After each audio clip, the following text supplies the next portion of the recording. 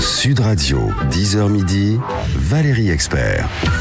Eh bien, comme tous les vendredis, Gérard Collard est avec nous. Bonjour Gérard, vous êtes libraire à Saint-Maur, c'est la Griffe Noire. Toujours, vous lisez, vous venez avec presque votre librairie avec vous. Peut-être commencer, je vais commencer avec le prix du Quai des Orfèvres. Alors, j'en fais partie du jury, donc je suis très à l'aise pour en parler. Non, mais j'en parle pas toujours. Je ne l'ai pas toujours trouvé très bon. Celui-ci est excellent. Ça s'appelle Les cicatrices de la nuit, Alexandre Gallien. Ça paraît directement en format de poche. C'est un polar très noir, très sombre. Alors, Alexandre Gallien, il est très jeune. Je l'ai découvert, puisque donc ce sont des manuscrits qu'on découvre, qu'on lit de façon anonyme. Et donc, ça raconte l'histoire d'un flic qui se fait muter à la brigade criminelle après 20 ans à la mondaine. Donc, il se dit ras-le-bol, Pigalle, les boîtes, etc. Et la première victime, c'est une de ses anciennes indiques. Et là, visiblement, il va replonger dans ce monde de la nuit. Donc, c'est très noir, très sombre. C'est très, très précis sur les codes, justement, de ces flics de la mondaine et de la crime. Franchement, vous ne le lâcherez pas. Et on l'a quasiment élu à l'unanimité. Donc, ça s'appelle Les cicatrices de la nuit.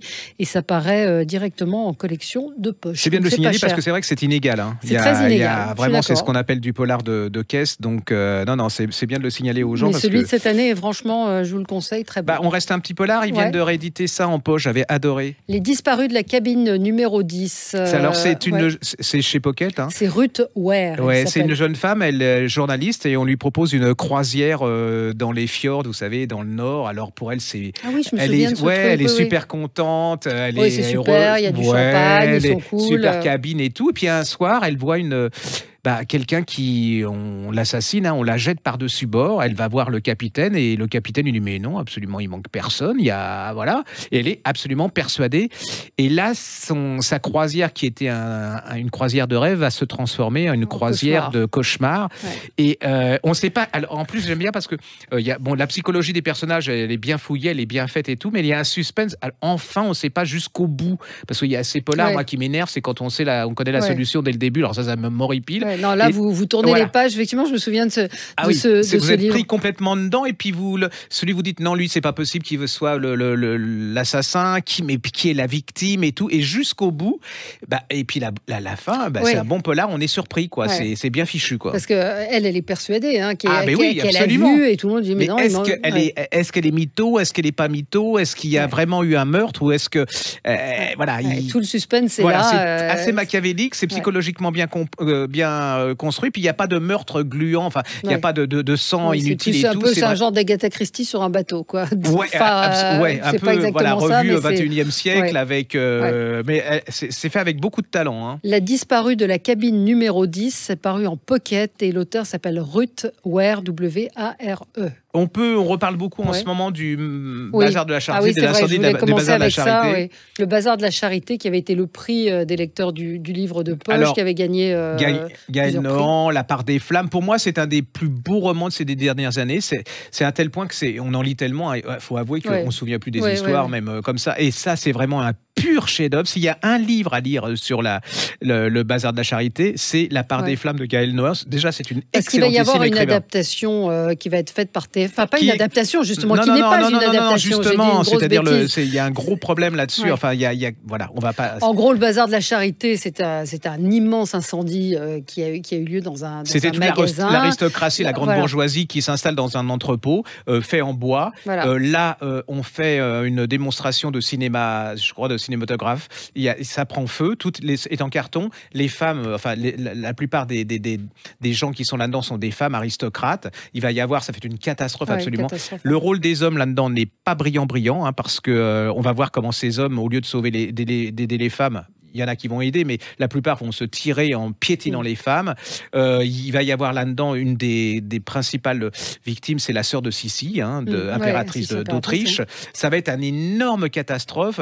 C'est magnifiquement écrit. Elle a un style, brillantissime, et vous êtes complètement dedans. C'est-à-dire que moi, j'ai redécouvert cet épisode. Cet épisode qui est assez peu connu. Alors, effectivement, il y a une adaptation. Pas une adaptation. Non. Il y a cette histoire qui va se raconter. Un scénario qui est fait par quelqu'un d'autre. autre, un livre qui a été tiré de la série, mais qui n'a rien à voir avec ça. Qui n'a rien à voir avec ce livre. On vous conseille de lire l'original. Ça, c'est un pur chef-d'œuvre. La part des flammes. Un critique du Figaro Magazine a dit Downton Abbey à Paris. C'est absolument ça. Ça vous donne l'esprit du livre. Et c'est d'une cruauté, d'une violence, Donc retenez le nom, Gaël Nohan, N-O-H-A-N-T, c'est le nom de l'auteur. La part des flammes, c'est un livre qui avait eu énormément de succès. Et franchement, s'il y a un livre à acheter, allez-y, parce qu'en plus, il est en poche, donc il est pas cher. Voilà, et ça pourrait s'appeler Courage de femme, parce qu'on va voir que dans ce livre, les femmes ont un courage absolument incroyable. Je veux vous reparler on avait parlé de ce livre, mais qui avait complètement disparu et qui, moi, j'ai adoré, qui vient de reparaître en collection de poche, enfin qui était en poche, mais il vient de l'impératrice Cixi, la concubine qui fit entrer la Chine dans la modernité. C'est la dernière impératrice de Chine, hein, c'est vraiment... en fait, elle était impératrice douairière, hein, parce que les femmes n'avaient pas droit d'être impératrice en Chine.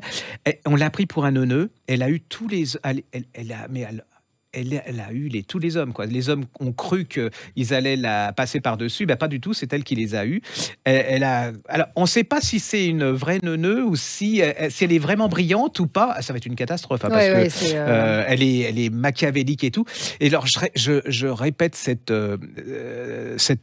épisode absolument incroyable. C'est-à-dire que l'ambassadeur d'Angleterre lui propose un train pour lui faire plaisir. On lui donne tout. Les wagons, la locomotive à vapeur, pour aller de la cité interdite au palais d'été. Mais selon elle, la vapeur, c'est très mauvais pour les esprits. Donc, elle va prendre une truc radical, moi j'adore. Elle va convoquer 500 esclaves et les 500 esclaves vont tirer le train. Comme ça, il n'y aura pas de vapeur, il n'y aura pas de... C'est absolument extraordinaire. Non, mais c'est un livre fascinant sur une femme absolument fascinante et c'est la fin d'un empire. C'est-à-dire... c'est vraiment un basculement. Absolument. C'est-à-dire que ça va finir sur le communisme, Mao. Ouais. Il y a la révolte des Boers qui est quand même quelque chose. Vous allez voir que les Occidentaux là-dedans sont pas très nets, même ils sont abominables et qu'on comprend que même encore actuellement, les Chinois en veulent beaucoup aux Occidentaux. Allez-y, c'est un portrait de femme incroyable. Moi, j'ai été fasciné. Et si jamais vous avez le bonheur d'aller... de nuque, hein. Oui, et si vous avez le bonheur d'aller en Chine et dans la cité impériale, vous verrez ces appartements qui sont d'une laideur incroyable parce que c'est des grands meubles, des gros meubles du 19e. J'étais très déçu, mais c'est une ambiance absolument incroyable. Encore un petit... Oui, allez-y. Comment je me suis fait avoir par ça ? Surtout, alors, Léa Wiazemski, Comme si tout recommençait. Donc, c'est une jeune femme pour nos auditeurs à la radio qui est en couverture, qui est en espèce de maillot de bain, on va dire. Années 50, très sympa. 50, et bon, alors en plus, je trouve que ça correspond pas trop, quoi. Léa Wiazemski, alors, pour vous dire qui elle est, en fait, c'est la fille de Régine Desforges et puis de Viaz, qui était un dessinateur. Et alors, elle a un style en plus tout en finesse, hein, tout. Et donc, ça commence, c'est une jeune femme qui se fait larguer par un salaud, elle s'appelle Barbara, et là, je me dis, bon... Elle a 40 ans, elle n'est pas jeune non plus. Enfin, elle n'est pas vieille non plus, elle est dans le bel âge, quoi. Voilà. Là où commence la vie. Et c'est vraiment un salaud, le mec. Hein. C'est vraiment... Donc, vous dites, je suis en train de lire Barbara Cartland un peu. Hein. Je me dis, Gérard, il faut que tu t'arrêtes de lire ça. Et je ne m'arrêtais pas de lire là. Et donc, elle est un peu désespérée. Les mecs, elle en peut plus. Et là, une copine qui lui propose, lui dit, mais... Elle est communicatrice, elle travaille dans la pub, hein, dans la communication, et lui propose, elle dit, il y a une place dans un EHPAD. Et là, je me dis, on va tomber dans encore le... Et vous continuez, et il y a une description tout en générosité, en solidarité de cette jeune femme. C'est un feuilleton, hein, vous êtes dedans. Alors, elle a un style, elle a un très joli style, et là, c'est la description d'un EHPAD, mais elle va retrouver l'amour. C'est un peu un roman feel good, comme on dit. C'est ça. C'est chez Michel Lafon. Ça s'appelle Comme si tout recommençait. Léa Wiazemski, si vous voulez passer un bon moment, c'est ça ce que vous êtes en train de dire. On a tous vécu, plus ou moins les périodes de l'EHPAD avec ses parents ou quelqu'un qu'on connaît, et c'est exactement ça. Il y a le grincheux, et puis moi j'adore le type qui est fanade, qui est vieux, mais qui a l'air d'un gros connard, quoi, et qui est fou de Johnny Hallyday. Et vous allez le découvrir autrement. Moi, je suis tombé amoureux de ce vieux monsieur qui est absolument tendre. Il y a et sous couvert de ça, il y a la redécouverte. Est-ce que les gens âgés peuvent faire l'amour et est-ce qu'ils peuvent être amoureux? C'est-à-dire que sous le côté elle en parle de ça. Et on peut avoir 70 ou 80 ans et être amoureux et avoir envie de faire l'amour. Il y a le vieux monsieur qui va avoir des petites pilules, vous savez, pour l'aider. J'ai trouvé ça On va me le reprocher, on va me dire que je fais dans la salle. Non, mais c'est bien, c'est ce qui est intéressant. Elle le fait bien sans appétir les gens. Allez-y, c'est une. Voilà. Alors, il y a eu les prix. Hein. Oui, donc, on n'a même pas parlé. Le prix Goncourt, il n'est pas. Comme je dis, le prix Goncourt, moi, je ne suis pas un fanat. Si, moi, j'aime beaucoup. Je n'ai pas lu celui-ci, mais Jean-Paul Dubois, mais c'est lisible, c'est bien, c'est un bon livre. Le livre de Tesson aussi, La Panthère Blanche. Ça n'a rien de. Voilà, il y a le Karine Thuil qui porte bien son nom, mais bon, elle est dans le milieu. Il y a le Neuf, c'est service rendu pour un monsieur qui est bien dans le système. Enfin, voilà, il y a des gens. Son livre est assez marrant. Sur le cinéma. Moi, j'ai et puis, nous, dans notre librairie, on a donné notre prix Goncourt à nous. Oui. Et notre prix Goncourt à nous, c'est Romain Slancombe, La débâcle, et qui est un livre formidable chez Robert. J'adore cette expression, ça me fait penser à D'Ormesson, c'est un livre formidable. D'Ormesson, dont ressort en coffret une grande partie de ses œuvres. Voilà, absolument. Et là, c'est un livre. Moi, Slancombe, pour moi, c'est un des meilleurs écrivains français. Alors, il a un problème, ce type, c'est qu'il est modeste et qu'il passe pas souvent à la radio ou à la télé, donc ça c'est quand même un handicap.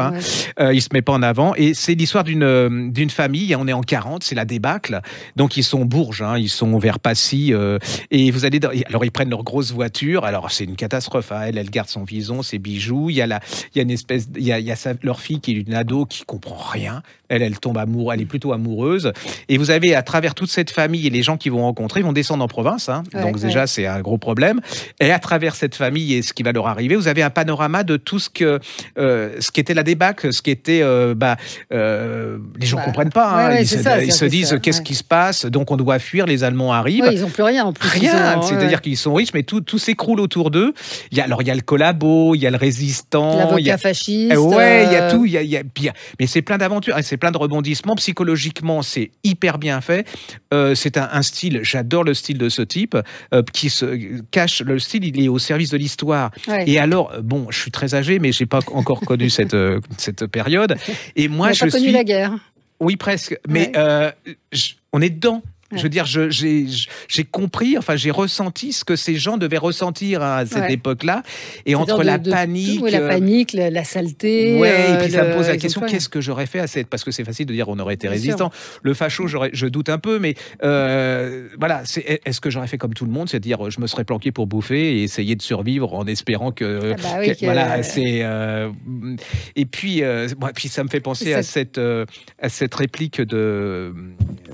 cette femme qui a fait, vous savez, Atmosphère, Arletty et qui lui disait, mais vous avez collaboré, et qui avait répondu, mais vous avez qu'à pas les laisser rentrer, quoi. C'est pas de ma faute.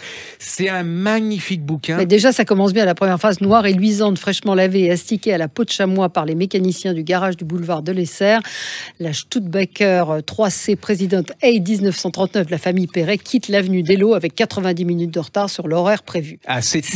C'est dynamique, c'est tout de suite, vous êtes embarqué dans la voiture. Et je ne comprends pas qu'il n'ait pas eu de prix, mais bon, je ne comprends pas que, par exemple, le bal des folles de Victoria Mass n'ait pas eu de prix. Il y a plein de choses comme ça, je ne comprends pas. Mais ça peut-être parce que les libraires, il y a trop de succès, donc il ne faut pas... Il y a peut-être trop de livres aussi, à un moment où on ne peut pas toujours tout repérer. Mais bon, c'est vraiment... Et ça, ce type, il mérite un prix, parce que je trouve qu'il a besoin d'une reconnaissance. Et on aurait donné le Goncourt à cet homme, c'était toute une œuvre, parce qu'en plus, il y a des livres de poche, il y a tout... C'est vraiment une pure merveille. Moi, j'ai complètement craqué sur ce bouquin. Allez-y. Si vous avez de l'humour, en plus dedans. C'est pas la fresque historique. C'est un genre de road trip, en fait. C'est ça. Mais en plus, il fait un rôle d'historien parce qu'il n'y a rien d'inventé. Tout est basé sur du vrai, c'est du reconstitué. En livre de poche, vous avez plein de choses de lui, c'est pas les moyens, allez-y, c'est vraiment une révélation. Donc l'auteur s'appelle Romain Slancombe, Slocombe, et celui-ci s'appelle La débâcle, c'est chez Robert Laffont et la couverture est très très réussie. J'ai adoré, franchement, vraiment, allez-y, pour moi c'est le Goncourt de la Griffe Noire, donc on peut y aller avec confiance. Merci Gérard, on se retrouve la semaine prochaine et nous dans quelques instants.